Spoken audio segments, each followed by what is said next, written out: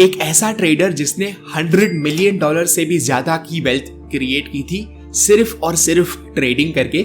इनके बारे में डिस्कस करने वाले हैं इस वीडियो में एंड इनका नाम था जेसी लिवरमोर। पर आगे बढ़ने के पहले as always please make sure to smash the like button below and do not forget to subscribe to our channel as well. इतनी ही छोटी सी रिक्वेस्ट है एंड चलिए वीडियो को शुरू करते हैं।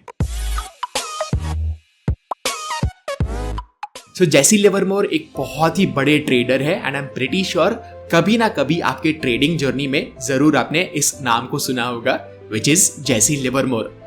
सो इस वीडियो में हम इनके अर्ली लाइफ के बारे में डिस्कस करेंगे। ये कैसे ट्रेडिंग में आए, कैसे इन्होंने ट्रेडिंग करियर की शुरुआत की, कैसे इन्होंने मल्टीपल टाइम्स फेलियर्स का भी सामना किया and at the end of the trading career इनका क्या हालत था, ये सारी चीज़ों के बारे में डिस्कस करेंगे। सो चलिए एक काम करते हैं, इनकी अर्ली लाइफ से शुरुआत करते हैं एंड उसके बाद जाके हम इनकी स्टोरी जान लेंगे।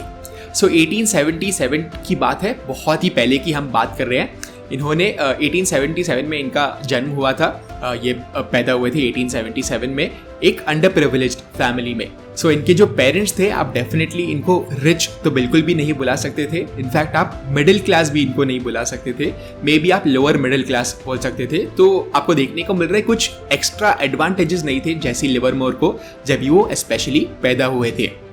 सो इनकी जो मदर थी वो एक हाउसवाइफ थी, पर इनके जो फादर थे वो एक ब्रेड अर्नर थे, आप बोल सकते हो। वही पैसा कमाते थे फैमिली में एंड वो क्या करते थे, वो फार्मिंग करते थे। सो बचपन से ही अराउंड 5 इयर्स के थे जब जेसी लिवरमोर, इनके पेरेंट्स को ये नजर आया कि जेसी जो थे वो मैथ में बहुत इंटरेस्टेड थे, नंबर्स के साथ खेलना इनको बहुत ही पसंद आता था। सो चलो ये तो बात इनकी नोटिस हुई, पर क्या हुआ फैमिली में बिकॉज हार्डशिप्स थे, तो जो ये स्कूल में जाते थे उनसे at the age of around 14 years इनके फादर ने बोला, जेसी लिवरमोर के फादर ने इनको बोला कि मे बी स्कूल जाना फिलहाल के लिए बंद कर दो बिकॉज मुझे एक हेल्प की ज़रूरत है फार्मिंग में। एंड बिकॉज वहीं से घर चल रहा था, वहीं से पैसे आ रहे थे, जेसी लिवरमोर को अनफॉर्चुनेटली स्कूल छोड़ना पड़ा बिकॉज वो अपने फादर को वैसे ही हेल्प कर सकते थे। बिकॉज काफ़ी टाइम स्कूल में चले जाता था, तो अगर स्कूल से अगर वो ड्रॉप आउट कर लेते थे तो उनके फादर को हेल्प मिल जाती उनके फार्मिंग बिजनेस में। कुछ समय बाद क्या हुआ, ये चीज़ इनकी मदर ने नोटिस किया। जेसी लिवरमोर की मदर ने ये देखा कि इनको मज़ा नहीं आ रहा है बिल्कुल भी, बट बिकॉज मजबूरी जैसी चीज़ है, that is why Jesse Livermore भी अपने फादर को हेल्प कर रहे थे। सो एक दिन वेरी सीक्रेटिवली आप बोल सकते हो, इनकी जो मदर थी इन्होंने $5 दिए जेसी लिवरमोर को and eight that point of time $5 भी एक डिसेंट अमाउंट होता था। सो जेसी लिवरमोर को उनकी मदर ने ये बोला कि एक काम कर, तू दूसरे सिटी में भाग जा एंड वहाँ पर एक डिसेंट जॉब की तू खोज कर ले एंड यहाँ से तो एटलीस्ट तू निकल जाएगा। सो जेसी लिवरमोर ने एग्जैक्टली वही चीज़ की। इन्होंने क्या किया, ये एक दूसरे सिटी में चले गए उस $5 से एंड तुरंत उस सिटी में इनको एक जॉब मिल गया एज अ चॉक बॉय। अभी चॉक बॉय एग्जैक्टली करता क्या है, इसके बारे में मैं आपको एक आइडिया दे देता हूँ अगर आपको नहीं पता होगा। तो उस ज़माने में ये अराउंड मैं बहुत पहले की बात कर रहा हूँ, 100-150 साल पहले की बात है ये। सो वहाँ पर जैसे आज के ज़माने में बहुत ईजिली हमें एक्सेस मिल जाता है स्टॉक प्राइसेस का, ऑब्वियसली उस ज़माने में ये चीज़ हमें फैसिलिटी नहीं मिलती थी। तो या तो न्यूज़पेपर्स में स्टॉक प्राइसेस आते थे, पर अगर आपको लाइव स्टॉक प्राइसेस देखने थे तो आपको क्या करना पड़ता था, स्टॉक ब्रोकर्स के पास बोर्ड पे लिखा हुआ था every single point of time में, कुछ इंटरवल्स में, मे बी कुछ मिनटों में, कुछ घंटों में स्टॉक प्राइसेस अपडेट होते रहते थे एंड बोर्ड पे लिखा जाता था स्टॉक प्राइसेस। सो चॉक बॉय का काम यही था कि स्टॉक प्राइसेस बार बार इरेज करना है, फ्रेश प्राइसेस लिखने हैं एवरी फ्यू जो इंटरवल्स जो डिसाइड हुआ था एंड जब भी प्राइसेस उनके पास आते थे स्टॉक ब्रोकर्स के पास। सो जेसी लिवरमोर का काम यही था कि वो as a chalk boy stock prices को मेंटेन करके रखते थे। सो जब भी न्यू स्टॉक प्राइसेस आते थे वो पहले के स्टॉक प्राइसेस इरेज करते थे एंड फिर से स्टॉक प्राइस को अपडेट करते रहते थे। एंड इस जॉब के बाद जब भी वो घर लौटते थे वो हमेशा ये याद करने की कोशिश करते थे कि स्टॉक प्राइस जिसका वो प्राइस अपडेट करते रहते हैं कि क्या उसका ट्रेंड ऊपर की तरफ है या नीचे की तरफ है, या स्टॉक प्राइस एग्जैक्टली कर क्या रहा है, इसका पैटर्न वो नोटिस करने की कोशिश करते थे। इन्होंने ये नोटिस किया कि ये ओवर द टाइम जैसे वो जॉब करते जा रहे थे उतना ही ज़्यादा बेटर होते जा रहे थे ये चीज़ में, यानी पैटर्न रिकग्निशन में। सो उनको ये पता लग जाता था कि अगर ऐसे स्टॉक प्राइसेस मूव हो रहे हैं, हो सकता है आगे जाके ये चीज़ होगी। तो इनको ये जो पैटर्न है वो थोड़ा सा समझ में आने लग गया था। सो वन फाइन डे इन्होंने क्या सोचा कि ये खुद भी अपने जो थोड़ा सा सेविंग्स है इनके पास, उससे वो मे बी ट्रेड करने की कोशिश कर सकते हैं। एंड वहाँ पर उस टाइम पे अगर आपके पास बहुत ज़्यादा पैसे नहीं होते थे तो वहाँ पर बकेट शॉप्स का कॉन्सेप्ट होता था। एंड बकेट शॉप्स में आप थोड़े पैसों के साथ भी आप ट्रेडिंग कर सकते थे। सो ये बकेट शॉप्स में चले जाते थे अपने लंच ब्रेक के टाइम एंड वहाँ पर ट्रेड्स प्लेस करने की कोशिश करते थे। कुछ ही समय बाद इनके पास एक डिसेंट अमाउंट ऑफ मनी भी आ गया। इन्होंने काफ़ी अच्छा ट्रेडिंग से कमा लिया था, अराउंड $1000, जो आज के ज़माने में ऑलमोस्ट 80,000 रुपीज़ होते हैं, which is not bad, right. And ये कीप इन माइंड ये काफ़ी छोटे थे, अराउंड द एज ऑफ 20 ये बात हो रही है। सो इन्होंने ये सोचा कि यहाँ पर इतना ज़्यादा पोटेंशियल है, मैं मे बी अपने जॉब को छोड़ देता हूँ। एंड बिकॉज यहाँ पर डिसेंट मनी आ रहा है तो $1000 is not a small amount, specially जब हम 150 साल पहले की बात करें, 100-150 साल पहले की बात करें। सो इन्होंने अपने जॉब को छोड़ दिया एंड ट्रेडिंग कर करके इन्होंने ऑलमोस्ट $10,000 कमा लिए, जो आज के ज़माने में वंस अगेन 8 लाख रुपीज़ होते हैं, राइट। सो इनको काफ़ी अच्छा लग रहा था and 8 lakh rupees is once again not a small amount of money, तो ये काफ़ी खुश थे। सो ये अराउंड 1899 की बात है जहाँ पर इन्होंने 8 लाख रुपीज़ ऑलमोस्ट कमा लिए थे, $10,000।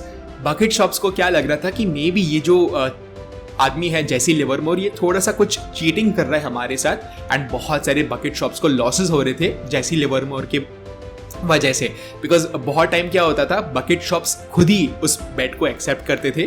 तो वो उनको एक पैटर्न देखने को मिल गया था कि चलो मोस्ट ट्रेडर्स तो पैसे हारते ही हैं, तो इसी वजह से वो बकेट शॉप्स काइंड ऑफ दूसरे साइड पे चले जाते थे आपके ट्रेड के। बट जेसी लिवरमोर एक ऐसे ट्रेडर थे जो काफ़ी प्रॉफिटेबल प्रूव हो रहे थे और बकेट शॉप्स को जेसी लिवरमोर की वजह से काफ़ी लॉसेस हो रहे थे। सो धीरे धीरे करके काफ़ी सारे बकेट शॉप्स ने इनको बैन करना शुरू कर दिया। सो बकेट शॉप्स के बाद ये बिकॉज वहाँ पर ट्रेड कर ही नहीं पा रहे थे, सो इन्होंने क्या सोचा कि एक रेप्यूटेबल प्रॉपर स्टॉक ब्रोकर के पास मैं चले जाता हूँ, तो वहाँ पर तो मेरे बेट्स एक्सेप्ट होंगे ही। पर फिर भी इनके पास बहुत ही ज़्यादा एक्सपीरियंस नहीं था ट्रेडिंग में, कुछ ही साल हुए थे ट्रेडिंग करके, 1-2 साल हुए थे। एंड उसके पहले तो वो चौक बॉय थे। सो इन्होंने क्या सोचा कि ये एक रेप्यूटेबल स्टॉक ब्रोकर के पास चले जाते हैं। पर फिर भी कुछ रीजंस की वजह से थोड़ा सा अभी तक आप बोल सकते हो मे बी उनके पास इमोशंस पे कंट्रोल नहीं था at that point of time. Over the next few years, 1-2 साल में इनको काफ़ी लॉसेज हो गए एंड जो $10,000 इन्होंने कलेक्ट किए थे वो ज़ीरो हो गया। सो इनको ये तो पता था कि ट्रेडिंग में पोटेंशियल बहुत ही ज़्यादा है, बट बिकॉज इन्होंने रिस्क मैनेजमेंट नहीं फॉलो की एंड बहुत ज़्यादा आउटसाइज्ड बेट्स ले लिए जो उनके अगेंस्ट चले गए, इनका जो $10,000 का जो फॉर्च्यून था वो ज़ीरो हो गया। सो अराउंड 22 ईयर्स के जब ये हो गए थे, इनके पास वो पूरा जो सम था वो ज़ीरो हो गया था। सो इन्होंने $500 का लोन लिया एंड वहाँ से ट्रेडिंग की फिर से शुरुआत करने की कोशिश की।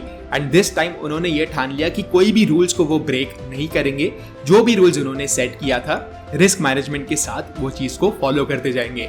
एंड जैसे पहले एक स्टोरी रिपीट हुआ था, इनके पास स्किल्स तो आ गए थे एक प्रॉफिटेबल ट्रेडर के। सो $500 को भी इन्होंने वेरी क्विकली $5,000 कर दिया था। सो जैसे ही ये सम इनके पास आ गया $5,000, ये काफ़ी सेफ फील कर रहे थे।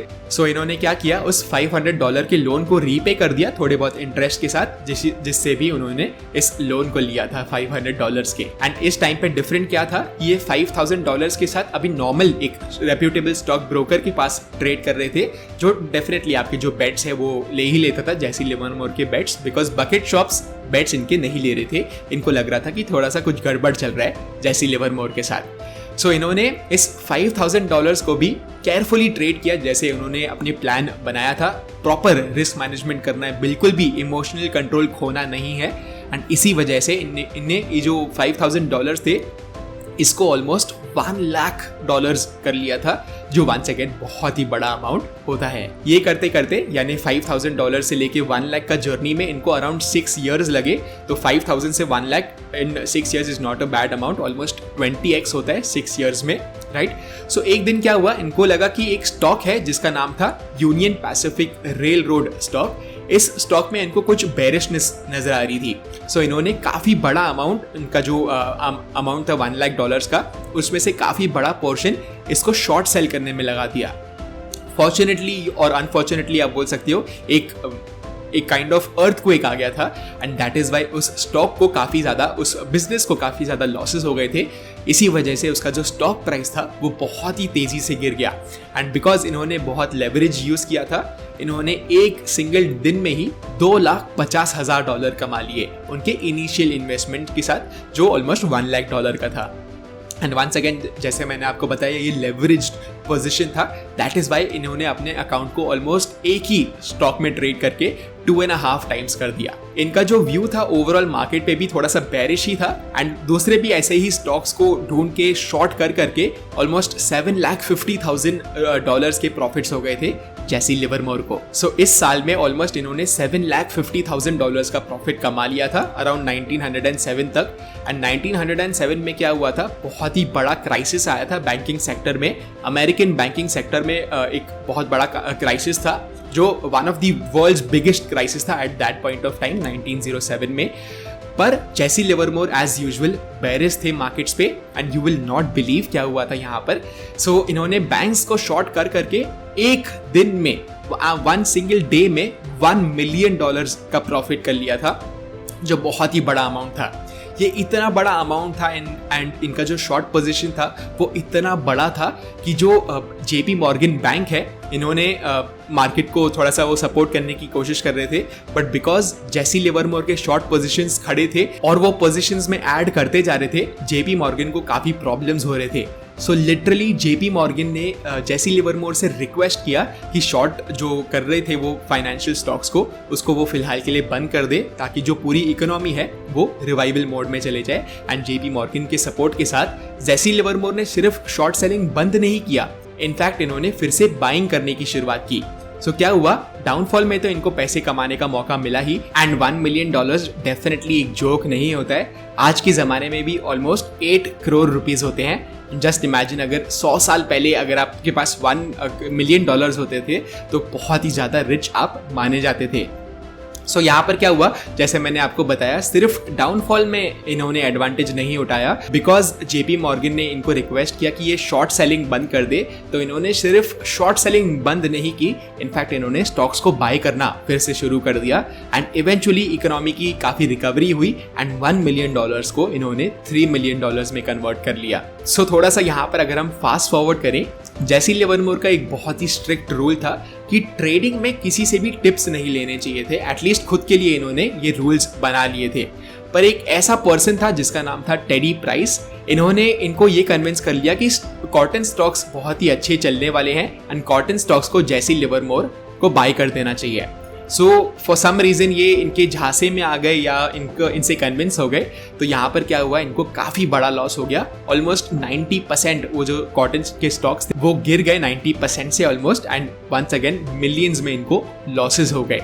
एंड इनका जो कैपिटल बिल्डअप हुआ था अच्छा खासा, शॉर्ट करके एंड वापस से लॉन्ग करके मार्केट्स को, ये सारा कैपिटल फिर से काफ़ी कम हो गया। एंड 1915 में क्या हुआ, इनका जो सारे जो प्रॉफिट्स थे वो तो ज़ीरो हो ही गए, इनफैक्ट ये डेट में आ गए, $2 मिलियन के डेट में आ गए, एंड इनको 1915 में बैंकरप्सी फाइल करना पड़ा। इतनी बुरी हालत हो गई थी जैसी लिवरमोर की, सिर्फ और सिर्फ बिकॉज ये टेडी प्राइस के बातों में आ गए थे, एंड यहाँ पर इन्होंने कॉटन स्टॉक्स में इन्वेस्ट करना शुरू कर दिया था, जो एक ही सिंगल ट्रेड में इतना बड़ा उनको लॉस हो गया था उस ट्रेड में। एंड यहाँ पर क्या हुआ, इनको फिर से ट्रेडिंग में तो ज़रूर आना था, तो इन्होंने कुछ फ्रेंड से बोरो किए स्टॉक्स को एंड फिर से ट्रेडिंग की शुरुआत की। एंड इस टाइम तो इन्होंने और भी स्ट्रिक्टली रूल्स को फॉलो किया, एंड इन्होंने ये मतलब काफ़ी सारे फेलियर से सीख लिया कि चलो कुछ चीज़ें तो जो ऐसी है वो बिल्कुल भी मुझे नहीं करनी है, स्पेशली टेडी प्राइस जैसे लोगों के से मुझे टिप बिल्कुल भी नहीं लेनी है, राइट। सो वंस अगेन धीरे धीरे ये अपना कैपिटल बिल्ड करना शुरू कर दिया था इन्होंने, एंड फाइनली आया 1929 का क्रैश। 1929 में बहुत ही बड़ा, आप बोल सकते हो दी ग्रेट डिप्रेशन बोला जाता है इसको। 1929 में बहुत ही बड़ा डाउनफॉल आया था स्टॉक मार्केट में। पर एज यूजुअल जेसी लिवरमोर के जो इतने फाइन स्किल्स थे एज अ ट्रेडर, ये वंस अगेन शॉर्ट थे मार्केट पे एंड सितंबर 1929 के आसपास इन्होंने शॉर्ट पोजीशंस हेवीली बिल्ड करना फिर से शुरू किया एंड थोड़े भी स्टॉक्स अगर ऊपर जा रहे थे तो ये और भी ऐड कर रहे थे अपने शॉर्ट पोजीशंस में, ना कि डर रहे थे, बिकॉज इनको लग रहा था कि मार्केट कहीं ना कहीं टॉप आउट होने वाला है एंड एक मैसिव फॉल आ सकता है मार्केट्स में। एंड जैसे ही मार्केट्स में फॉल शुरू हुई, इनके पास $100 मिलियन, जो आज के जमाने में $1.5 बिलियन माना जाता है, इतना बड़ा फॉर्च्यून इन्होंने वापस से क्रिएट कर लिया खुद के लिए, बिकॉज बाकी सारे इन्वेस्टर्स लॉन्ग थे मार्केट्स पर Jesse Livermore as a trader इनको लग रहा था कि कुछ तो गड़बड़ है। एंड जैसे ही 1929 का जो द ग्रेट डिप्रेशन शुरू हुई थी, जो डाउनफॉल शुरू हुआ मार्केट्स में, $100 मिलियन का प्रॉफिट आ गया था जेसी लिवरमोर को। इसी समय के आसपास इनका एक निकनेम लग गया जो था the great bear of Wall Street. थोड़ा सा और अगर हम आगे बढ़ते हैं तो बिकॉज ऑफ अननोन स्ट्रगल्स ये माना जाता है कि फिर से इनको मैसिव लॉसेस होने लग गए थे एंड इतना बड़ा जो इन्होंने ट्रेडिंग प्रॉफिट क्रिएट किया था $100 मिलियन का, फिर से अराउंड 1934 में जब इनका एज ऑलमोस्ट 56 था, इन्होंने फिर से गवाया इस पूरे फॉर्च्यून को। थोड़े सालों बाद ऑलमोस्ट 1940 नवंबर में काफ़ी ज़्यादा स्ट्रगल्स इनको झेलने पड़े, फाइनेंशियल स्ट्रगल्स इनको एंड इनके फैमिली को, and at the age of 63 एक होटल रूम में इन्होंने सुसाइड कमिट कर लिया अनफॉर्चुनेटली, एंड उनको खुद को इन्होंने गोली मार दी थी। एंड सुसाइड नोट में इन्होंने ये लिखा कि इनकी जो लाइफ थी वो एक फेलियर थी। सो यहाँ पर इस स्टोरी में आपको देखने को मिल रहा है कि कैसे जेसी लिवरमोर एक अंडर प्रिविलेज्ड फैमिली में पैदा हुए थे, एक डिसेंट इन्होंने लिविंग खुद के लिए बना ली थी ट्रेडिंग कर करके, बहुत ही ज़्यादा अप्स एंड डाउन्स इन्होंने फेस किए लाइफ में, but eventually at the end of his life he was broke. इनके पास बहुत ज़्यादा डेट था एंड $100 मिलियन कमाने के बाद भी अराउंड 63 के एज में इनको सुसाइड करना पड़ा। सो एक बहुत ही इंस्पायरिंग स्टोरी है, बट यहाँ पर हमें दूसरी फ्लिप साइड भी देखने को मिलता है फॉर्च्यून का, कि अगर आप रिस्क मैनेजमेंट नहीं करो एंड अपने फॉर्च्यून को नहीं संभालो तो ऐसे ट्रैजिक इवेंट्स भी ज़रूर हो सकते हैं। होपफुली आपको वीडियो पसंद आया होगा एंड आपको एक इनसाइट मिल गई होगी जेसी लिवरमोर की लाइफ में। अगर आपको वीडियो अच्छा लगा, as always make sure to smash the like button below and do not forget to subscribe to our channel as well. And मैं आपको मिलता हूँ अगले वीडियो में। Bye bye.